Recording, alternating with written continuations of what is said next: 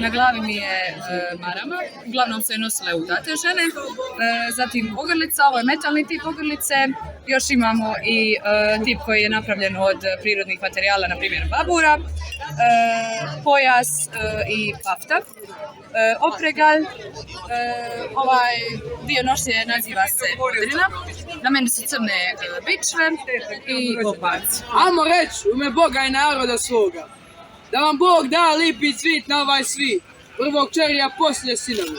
I ne tako kako bi vi htjeli, nego kako bude volja Božja. I u mladosti ne vam budu dika, a u starosti radost velika. Ako Bog da!